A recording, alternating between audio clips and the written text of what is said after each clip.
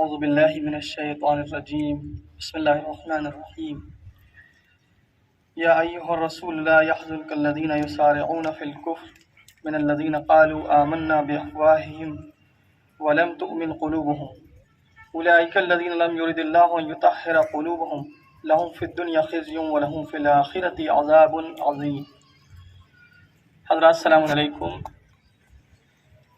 ابھی اس آیہ کریمہ کی تلاوت کی ہے سورہ مبارکہ مائدہ آیت نمبر 41 کہ جس میں پروردگار اپنے حبیب کو، اپنے رسول کو تسلی دے رہا ہے اور شفیع دے رہا ہے کہ آپ رنجیدہ خاطر نہ ہوں ان لوگوں سے کہ جو کفر کے معاملے میں جلدی کر رہے ہیں، ان لوگوں میں سے کہ جو صرف زبانی طور پہ جنہوں نے کہا کہ ہم ایمان لے آئے جبکہ ان کے دلوں میں ایمان اترا نہیں تھا۔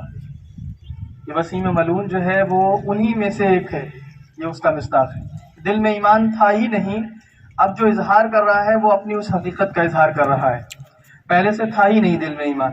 تو اللہ کیا فرماتا ہے؟ یہی وہ لوگ ہیں کہ اللہ نے چاہا ہی نہیں ہے کہ ان کے دلوں کو پاک کرے، اس لیے کہ دل تب پاک ہوتے ہیں جب پروردگار عالم چاہتا ہے۔ اور پھر اللہ نے اس کے بعد کیا فرمایا؟ اللہ کے تمام وعدے سچے ہیں میرے عزیزوں۔ اللہ فرماتا ہے لَهُمْ فِي الدُّنْيَا خِزْيٌ، دنیا میں ان کی رسوائی ہے، دنیا میں رسوا ہوں گے، وَلَهُمْ فِي الْآخِرَةِ عَذَابٌ عَظِيمٌ، اور آخرت میں ان کے لیے بہت بڑا عذاب ہے۔ تو یہ دنیا میں بھی خوار و ذلیل اور رسوا ہوں گے ایسے لوگ، اور آخرت میں جو عذاب اللہ نے ان کے لیے رکھا ہے وہ تو ہے ہی ان کا مقدر۔ تو بہرحال مجھے بہت کم وقت دیا گیا، اس میں مجھے چند باتیں بس جلدی کہنا ہے، چونکہ وقت بہت ہی کم ہے اور بہت محدود ہے۔ چند باتیں پوائنٹس کی صورت میں اپنے مسلمان بھائیوں کی خدمت میں عرض کرنا ہے۔ کچھ ایک آدھ باتیں جو میں نے ابھی اپنے جلسے میں بھی کہی تھی وہ یہاں پر بھی پھر سے کہہ رہا ہوں، اور کچھ باتیں وہ ہیں جو اس سے ہٹ کے ہیں۔ سب سے پہلی بات یہ ہے کہ ہم سب الحمدللہ اس بات کو بخوبی سمجھتے ہیں اور جانتے ہیں کہ یہ وسیم رشدی یا وسیم جو رضوی کو اب لوگ رشدی کہہ رہے ہیں، وسیم یہ ملعون جو ہے یہ کسی فرقے کا آدمی نہیں ہے، ٹھیک ہے؟ اسے کوئی فرقے سے جوڑ کے نہ دیکھا جائے، کسی فرقے سے۔ یہ ویسے ہی شیعہ فرقے سے تعلق نہیں رکھتا جیسے سلمان رشدی اور تسلیمہ نسرین سنی فرقے سے تعلق نہیں رکھتے۔ اصل میں یہ سب کون لوگ ہیں؟ یہ سب دنیا پرست لوگ ہیں، اور انہیں صرف مال و دولت اور شہرت اور دنیا کی چند روزہ حیات چاہیے، اور اس میں کچھ آسائشیں چاہیے، اور وہ بھی نہیں انہیں میسر آئیں گی انشاءاللہ تعالی۔ اب یہ کہ مسلمان بھائی ہمارے بیدار ہیں، اصل میں دشمن جو ہے وقتاً فوقتاً یہ سب کرتا ہے۔ ابھی آپ کو پتہ ہے کہ الیکشن ہونے والے ہیں یوپی میں، تو دشمن چاہتا ہے فضا کو ناسازگار کیا جائے، تو مسلمان الحمدللہ بیدار ہیں، لہٰذا یہ دشمن جو مسلسل اس طرح کے کام کرتا رہتا ہے اور اس طرح کے تیر چلاتا رہتا ہے، انشاءاللہ اس کا یہ تیر بھی ہماری بیداری اور اتحاد سے خالی جائے گا، اور انشاءاللہ اس کا یہ حربہ بھی ہمیشہ کی طرح ناکام ہوگا، اس لیے کہ اب بیداری اور اتحاد پہلے سے کہیں زیادہ ہے الحمدللہ، اور اسی بیداری اور اتحاد پر ہمیں قائم رہنا ہے۔ ایک بات یہ ہے جو مجھے گزارش کرنا ہے، وہ یہ کہ بیداری اور اتحاد کے ساتھ ہمیں اس بات کا خیال رکھنا ہے کہ ہم کوئی بھی ایسی بات نہ کریں، نہ کوئی ایسا کام کریں کہ جس سے کہیں انڈائریکٹلی دشمن اپنے مقصد میں کامیاب ہو جائے۔ یہ توجہ رکھنا ہے ہمیں، کیونکہ وہ چاہتا یہی ہے کہ ہماری طرف سے کوئی ایسا رد عمل آ جائے کہ جس سے اس کا مقصد پورا ہو جائے۔ تو الحمدللہ آپ سب فہیم ہیں، سمجھدار ہیں، باشعور ہیں۔ مجھے امید ہے ایسا کوئی قدم ہم اٹھائیں گے ہی نہیں کہ دشمن کامیاب ہو، بلکہ جو اس کا شر ہے اس کی طرف پلٹا دیا جائے گا انشاءاللہ۔ اس لیے میں یہ گزارش کرنا چاہتا ہوں کہ اس معاملے میں جو ہے وہ ہم یہ کر سکتے ہیں کہ ہم جس ملک میں رہتے ہیں، ظاہر ہے کہ یہاں پر ایک کانسٹیٹیوشن، ایک آئین ہے، ہم اس کے وفادار ہیں اور رہیں گے۔ ہم اس کے وفادار ہیں، کسی خاص حزب یا پارٹی کے وفادار نہیں ہیں، یہ بھی واضح کرتے چلیں۔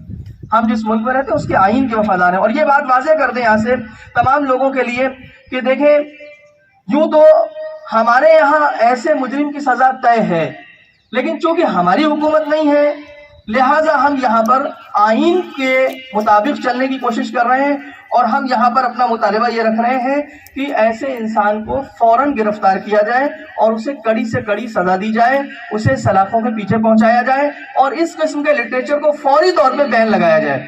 یہ ہمارا مطالبہ۔ اور یہاں پہ ایک بات عرض کروں، یہاں پر ہم عدالت عظمیٰ سے بھی ایک درخواست کرنا چاہتے ہیں۔ وہ عدالت عظمیٰ، وہ سپریم کورٹ ہمارا جس کا ہم احترام کرتے ہیں، اس نے ایک خاص معاملے میں صرف اشارہ کر کے گزر جاؤں گا، ایک خاص معاملے میں اس نے جب فیصلہ دیا تو آخر کار یہ کہا کہ تمام شواہد اور ثبوت ایک طرف، لیکن بہرحال ایک اکثریت ہے جس کے مذہبی جذبات ہیں، جس کی وجہ سے ہمیں یہ فیصلہ دینا پڑ رہا ہے، اور ہم نے بہرحال اس پر خاموشی اختیار کی کہ ٹھیک ہے مذہبی جذبات کا معاملہ ہے۔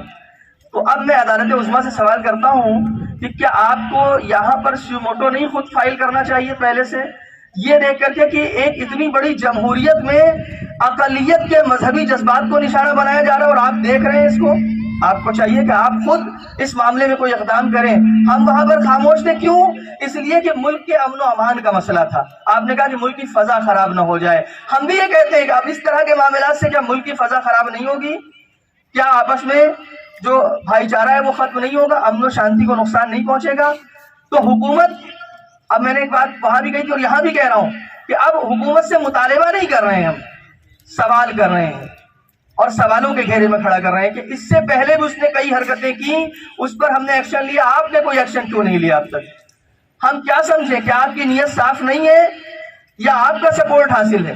بالکل کلیئر میں عرض کر رہا ہوں، چاہیے کہ آپ فوراً اس کو ایسے خبیث انسان کو جیل میں پہنچائیں تاکہ ہم یہ مطمئن ہوں کہ آپ واقعی چاہتے ہیں کہ ملک میں امن و امان قائم رہے۔ آزادی خیال کی بات ہوتی ہے، بے شک آئینی حق ہے، بنیادی حق ہے ہمارا، لیکن آزادی خیال کی ایک حد ہے، آزادی اظہار کا ایک حد ہے، ایک حد ہے، معین ہے۔ آپ آزادی خیال کے نام پہ کسی دوسرے کی آزادی کو سلب نہیں کر سکتے، کسی دوسرے کے مذہب کے اوپر آپ انگلی نہیں اٹھا سکتے۔ ایک بات اور عرض کروں، ایک دو بات اور بات تمام کر رہا ہوں۔ یہ جو معاملہ ہوا ہے اس کے بعد اگر اب بھی کسی مسلمان کی دینی غیرت جوش میں نہیں آ رہی ہے تو میں اسے منافق سمجھوں گا، معذرت کے ساتھ۔